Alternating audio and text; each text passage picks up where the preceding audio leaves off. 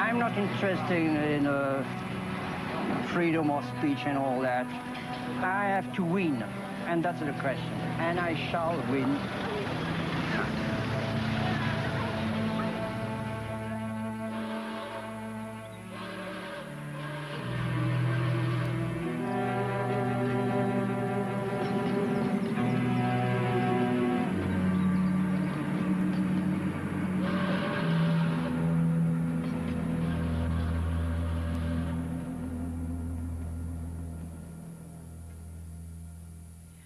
I'm just an ordinary mom who just thinks in terms of, I don't want to someday be holding my grandchildren and watching something horrible happen and feel like I didn't do anything. And I mean, it's obvious what you're doing. And my question is, on a practical level, where do you see the most practical place to put your energy? I mean, tonight I feel in overwhelm, like I feel like it's too big, it's too much to even make a dent in. The way things change is because lots of people are working all the time. And, you know, they're working in their communities, in their workplace, or wherever they happen to be, and they're building up the basis for popular movements which are going to make changes. That's the way everything has ever happened in history, you know, whether it was the end of slavery or whether it was the democratic revolutions or anything you want, you name it, that's the way it worked. You get a very false picture of this from the history books. In the history books, there's a couple of leaders, you know, George Washington or Martin Luther King or whatever. And I don't want to say that those people are unimportant, like Martin Luther King was certainly important, but he was not the civil rights movement. Martin Luther King can appear in the history books because lots of people whose names you will never know and whose names are all forgotten and who may have been killed and so on, were working down in the South. When you have activists and people concerned and people devoting themselves and dedicating themselves to social change or issues or whatever, then people like me can appear, and we can appear to be prominent, but that's only because somebody else is doing the work. My work, whether it's giving hundreds of talks a year or spending 20 hours a week writing letters or writing books, is not directed to intellectuals and politicians. It's directed to what are called ordinary people. Yeah. And what I expect from them is, in fact, exactly what they are, that they should try to understand the world and act in accordance with their decent impulses, and that they should try to improve the world. And many people are willing to do that, but they have to understand. And in fact, as far as I can see, in these things, I feel that I'm simply helping people develop courses of intellectual self-defense. What did you mean by that? What would such a course be? I don't mean go to school, because they're not going to get it there. It means you have to develop an independent mind and work on it. Now, that's extremely hard to do alone. You know, the beauty of our system is it isolates everybody. Each person is sitting alone in front of the tube. You know? It's very hard to have ideas or thoughts under those circumstances. You can't fight the world alone. Some people can, but it's pretty rare. The way to do it is through organization. So courses of intellectual self-defense will have to be in the context of political and other organization. And it makes sense, I think, to look at what the institutions are trying to do and to take that almost as a key. What they're trying to do is what we're trying to combat. If they're trying to keep people isolated and separate and, you know, and so on, well, we're trying to do the opposite. We're trying to bring them together. So in your local community, you want to have sources of alternative action. People with parallel concerns, maybe differently focused, but at the core, sort of similar values and a similar interest in helping people learn how to defend themselves against external power and taking control of their lives and, you know, reaching out your hand to people who need it. That's a common array of concerns. You can learn about your own values and you can figure out how to defend yourself and so on in conjunction with others. Are there one or two publications that I, as an average person, a biologist, can read to bypass this filter of our press? Now, if you ask what media can I turn to get the right answers, first of all, I wouldn't tell you that because I don't think there's an answer. The right answers are what you decide are the right answers. Maybe everything I'm telling is wrong, okay? Could perfectly well be, I'm not God. But that's something for you to figure out. I mean, I could tell you what I think happens to be more or less right, but there isn't any reason why you should pay any attention to it. What impact do you feel alternative media is currently having or could potentially have? I'm actually a little more interested in its potential. And just to define my terms, by alternative media, I'm referring to media that are or could be citizen-controlled as opposed to state or corporate control. You know, that's what's kept people together. To the extent that people are able to do something constructive, it's because they have some way of interacting. I mean, I've always felt it would be a very positive thing, and it should be pushed as far as it can go. I think it's going to have a very hard time. There's just such a concentration of resources and power that alternative media, while extremely important, are going to have quite a battle. It's true, there are things which are small successes, but it's because people have just been willing to put in incredible effort. Like, say, take Z Magazine. I mean, that's a national magazine which literally has a staff of 2 and no resources. Tell us a little about Z Magazine, what it is and what makes it different. Go ahead. Thank you. We just wanted to do a magazine that would address all the sides of political life: economics, race, gender, authority, political relations. And we wanted to do it in a way that would incorporate an attention to how to not only understand what's going on, but how to make things better, what to aim toward, and to provide at the same time humor, culture, a kind of a magazine that people could relate to and could get a lot out of and could participate in. And what we wanted to do, which we didn't think was provided by the existing magazines, was to give it a real activist slant so that it could be very useful to the variety of movements in the country. And we just felt there wasn't a magazine that reflected that inspired people and that gave people sort of a strategy and perhaps even a vision of how things could be better.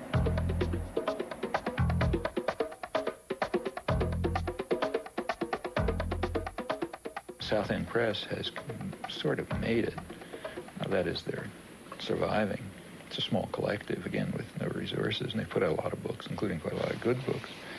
But for a South End book to get reviewed is almost impossible. Editorially and business-wise, we make decisions based on a politics that no corporate publisher can really advocate because of their ties to corporate America. We can solicit manuscripts based on what we feel is the relevance for the movement, and we can make our business decisions based on whether we feel people can afford our books, whether we feel that a book might not make that much money, but it needs to be out there, and maybe there's 1,000 people who would buy it. And those are criteria that we feel are very precious in this day of corporate mergers. Well, and likewise, our structure about sharing work and continuing our training process as long as we're at the press. There are losses there in terms of productivity, but in terms of empowerment, all of us are then able to say, my perspective is different from yours, then all of our intelligence gets used in making those decisions, and not just whoever happens to have done it the longest, whoever happens to have graduated from the best schools in order to be the best editor, making all the decisions and only using his or her intelligence.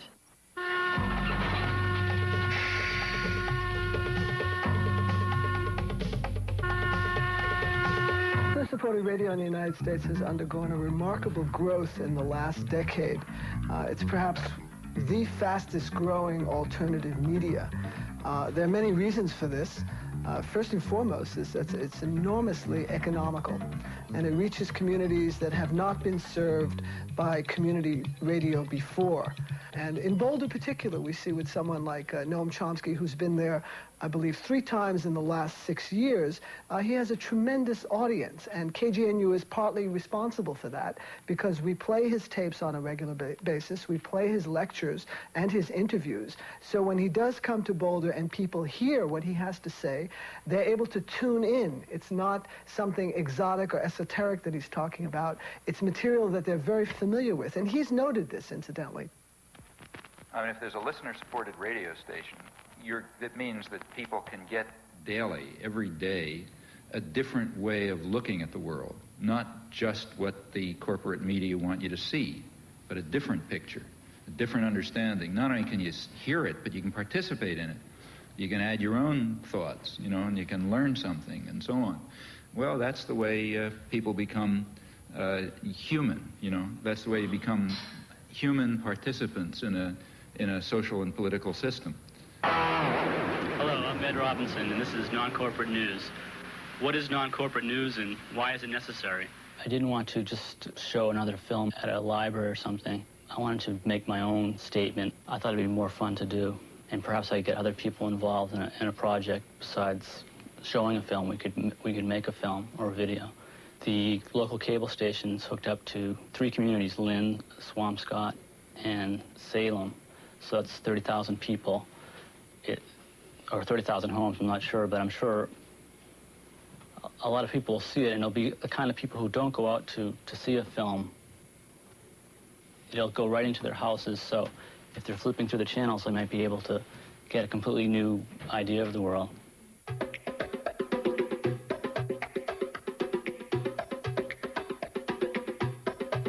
So there's kind of networks of cooperation developed, which, I mean, like here, for example, is a collection of stuff from a friend of mine in Los Angeles who does careful monitoring of the whole press in Los Angeles and a lot of the British press, which he reads, and does selection, so I don't have to read the movie reviews and the local gossip and all this kind of stuff, but I get the occasional nugget that sneaks through, and that you find if you're carefully and intelligently and critically reviewing a wide range of press. Well, there are a fair number of people who do this, and we exchange information. We wrote this, a 2-volume work, in which we saw one another for a couple weeks when we were getting started, but then we wrote 2 volumes, essentially, without seeing one another, just by phone, by mail, and exchanging manuscripts. But this takes a lot of communication by mail. My Chomsky file is a couple of feet thick. The end result is that you do have access to resources in a way which I doubt that any national intelligence agency can duplicate, let alone scholarship. So there are ways of compensating for the absence of resources. People can do things. Like, for example, I found out about the arms flow to Iran by reading transcripts of the BBC. And by reading an interview somewhere with an Israeli ambassador in one city and reading something else in the Israeli press. Now, okay, the information is there, but it's there to a fanatic, you know, somebody who wants to spend a substantial part of their time and energy exploring it and comparing today's lies with yesterday's leaks and so on. That's a research job. And it's, you know, it just simply doesn't make any sense to ask the general population to dedicate themselves to this task on every issue. I'm not given to false modesty. There are things that I can do, and I know that I can do them reasonably well, including analysis and, study, research. I mean, I know how to do that sort of thing, and I think I have a reasonable understanding of the way the world works as much as anyone can. And that turns out to be a very useful resource for people who are doing active organizing, trying to engage themselves in a way which will make it a little bit of a better world. And if you can help in those things or participate in them, well, that's, that's rewarding. I wonder if you can envision a time when people like myself, again, the naive people of this world, can again take pride in the United States. And is that even a healthy wish now? Because it may be this hunger for pride in our country that makes us more easily manipulated by the powers that you talk about. I think you first of all have to ask what you mean by your country. Now, if you mean by the country, the government, I don't think you can be proud of it, and I don't think you could ever be proud of it. Or could you be proud of any government? It's not our government, you know. And you shouldn't be. States are violent institutions. The government of any country, including ours, represents some sort of domestic power structure, and it's usually violent. States are violent to the extent that they're powerful. That's roughly accurate. You look at American history, it's nothing to write home about. You know, why are we here? We're here because, say, some 10 million Native Americans were wiped out. That's not very pretty. Until the 1960s, it was still cowboys and Indians.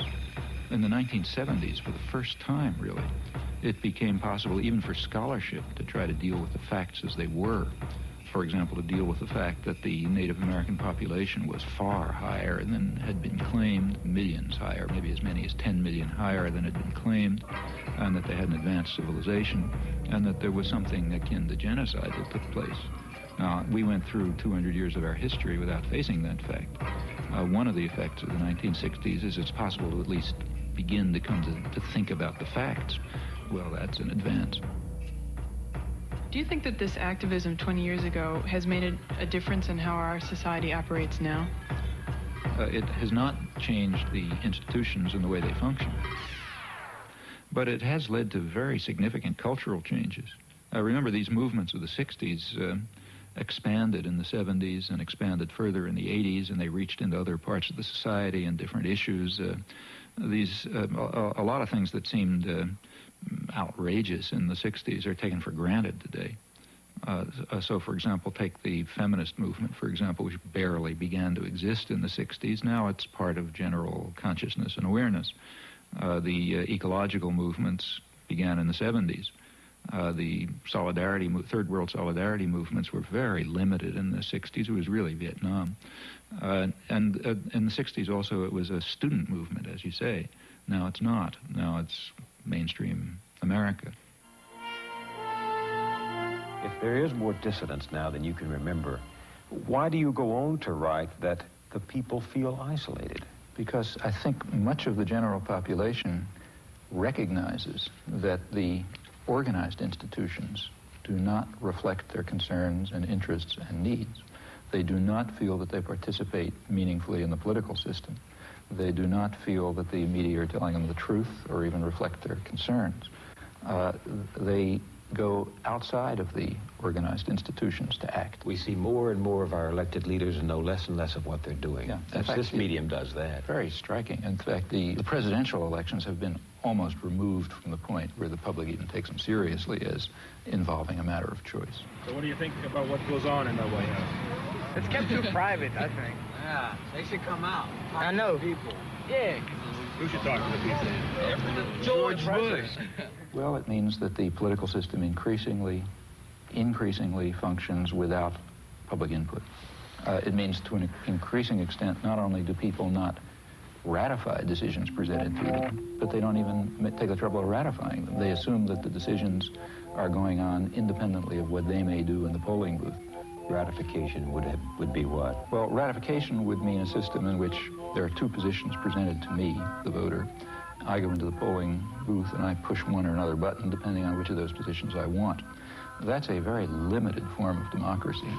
Really meaningful democracy would mean that I play a role in forming those decisions and creating those positions. And that would be real democracy. That's not We're very far from that.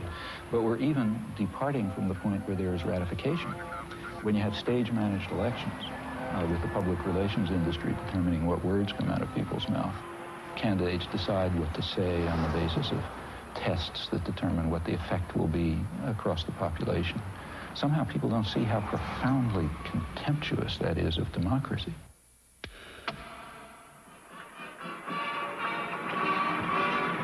The solemn moment is near, but first, the swearing in of Van Quayle.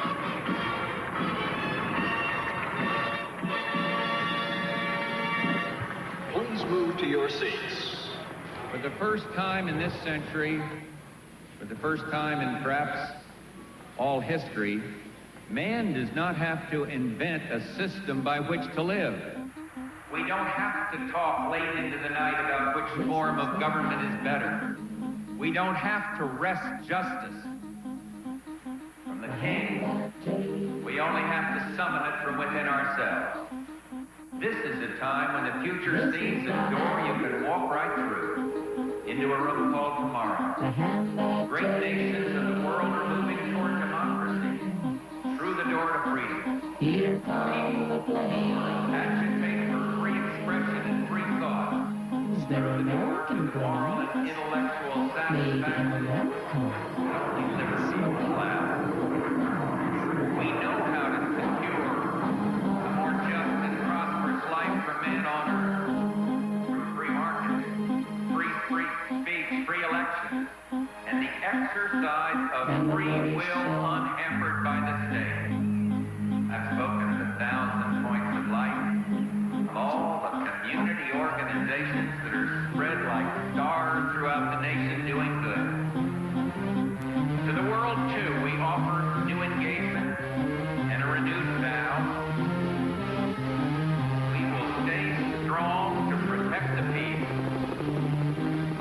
The offered hand is a reluctant fist. America is never wholly herself unless she is engaged in high moral principles. We as a people have such a purpose today. It is to make kinder the face of the nation and gentler the face of the world. Referring back to your earlier comment about escaping from or doing away with capitalism, I was wondering what scheme, workable scheme, you would put in its place. Me? Or well, what I would, yeah. What well, would you know, you suggest to others who might be in a position to set it up and get it going? Well, I mean, I think that what used to be called centuries ago wage slavery is intolerable. I mean, I don't think people ought to be forced to rent themselves in order to survive. I think that the economic institutions ought to be run democratically by their participants, by the communities in which they exist, and so on. And I think basically through various kinds of free association. Historically, have there been any sustained examples on any substantial scale of societies which approximated to the anarchist ideal? There are small societies, small in number, that have, I think, done so quite well, and there are a few examples of large-scale libertarian revolutions which were largely anarchist in their structure. As to the first, small societies extending over a long period, I myself think the most dramatic example is perhaps the Israeli kibbutzim, which for a long period, may or may not be true today, really were constructed on anarchist principles, that is, of direct worker control, integration of agriculture, industry, service, personal life on an egalitarian basis with direct and, in fact, quite active participation in self-management, and were, I should think, extraordinarily successful. A good example of a really large-scale anarchist revolution, or largely anarchist revolution, in fact, the best example, to my knowledge, is the Spanish Revolution in 1936. And, in fact, you can't tell what would have happened. That anarchist revolution was simply destroyed by force, but during the period in which it was alive, I think it was inspiring testimony to the ability of poor working people to organize, manage their affairs extremely successfully without coercion and control. How far does the success of libertarian socialism or anarchism as a way of life really depend on a fundamental change in the nature of man, both in his motivation, his altruism, and also in his knowledge and sophistication? I think it not only depends on it, but in fact, the whole purpose of libertarian socialism is that it will contribute to it. It will contribute to a spiritual transformation, precisely that kind of great transformation in the way humans conceive of themselves and their ability to act, to decide, to create, to produce, to inquire, precisely that spiritual transformation that social thinkers from the left Marxist tradition, from Luxemburg, say, on over through anarcho-syndicalists have always emphasized. So on the one hand, it requires that spiritual transformation. On the other hand, its purpose is to create institutions which will contribute to that transformation.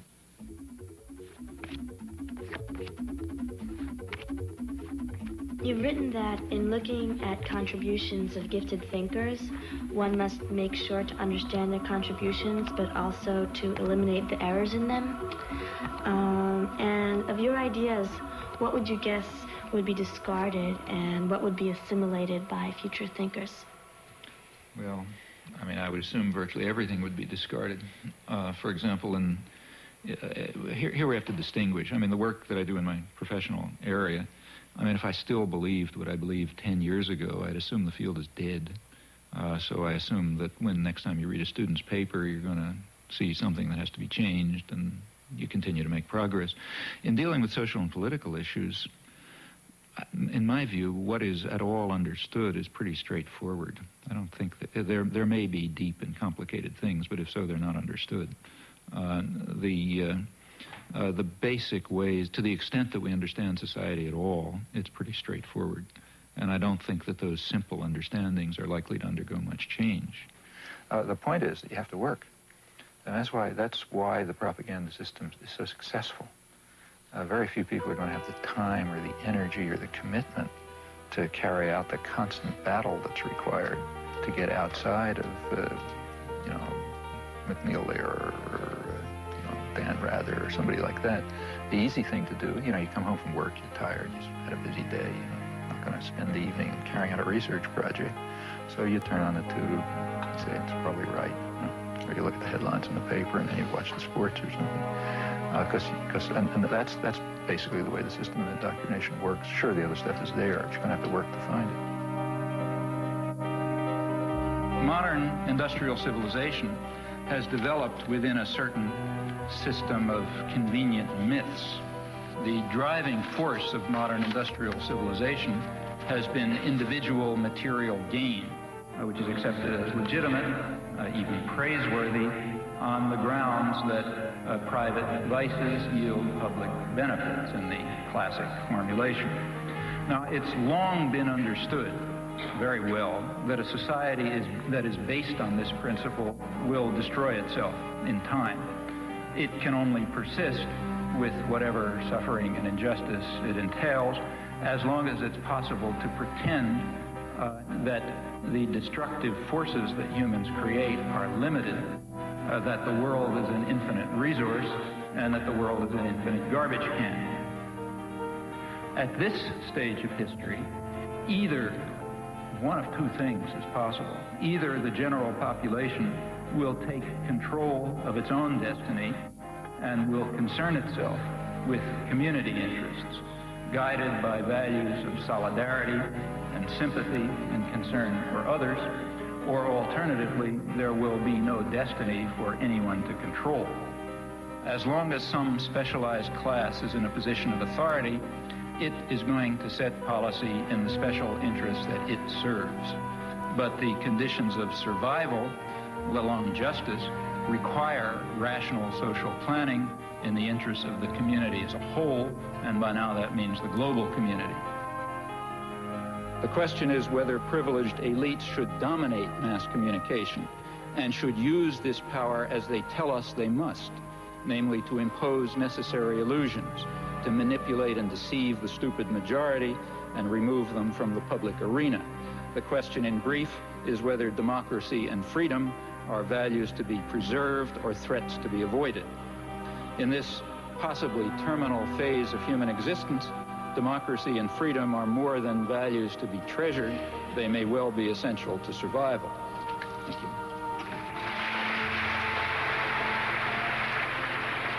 He's up there thinking for himself, and he's deciphering this tremendously overweighted body of information, which he puts into an order and gives you the feeling that you can do the same thing, that the whole thing is decipherable.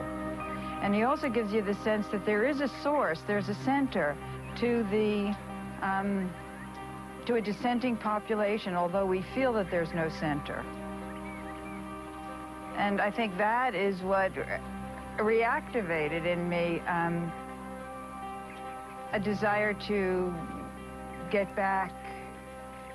get reacquainted with the political scene after 30 years of alienation from it. You do hundreds of interviews and lectures, and you're dealing with massacres in East Timor and invasions of Panama, etc. Pretty horrific stuff, death squads. What keeps you going? I mean, don't you get burned out on this material? Well, you know, it's mainly a matter of whether you can look yourself in the mirror, I think. Up, gotta go. Get these people in town. Okay. Maybe you can say all aboard for us. Okay.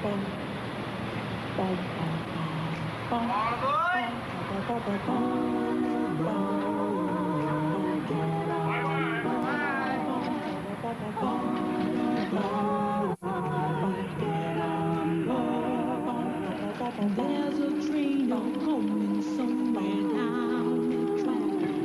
The people who ain't ready better step back. This train has been running since time began. It's running on the love of your fellow man. All aboard. Good to see you. Just hit the microphone.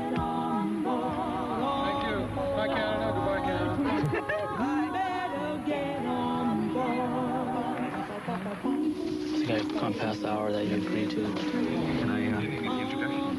That he's from Harvard. Oh, I heard that. Yeah. Oh, yes, that's true, yeah. You'll believe it.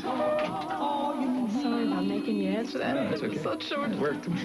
Did we hit it in 2 minutes? Or? Well, we did pretty well. Actually, that means less sports, and that's fine with me. You know, the people out there, they don't know what's going on. If the people knew what you say here today, there'd be a heck of a change. Thank you.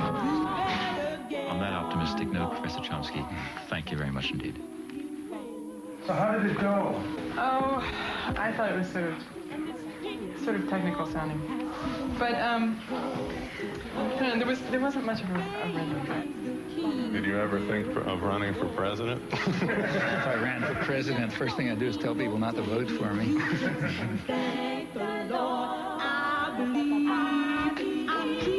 This guy's got to go home. He really does. Yeah. And people still believe that the Celtics lost in the World Champions. Yeah. Thanks.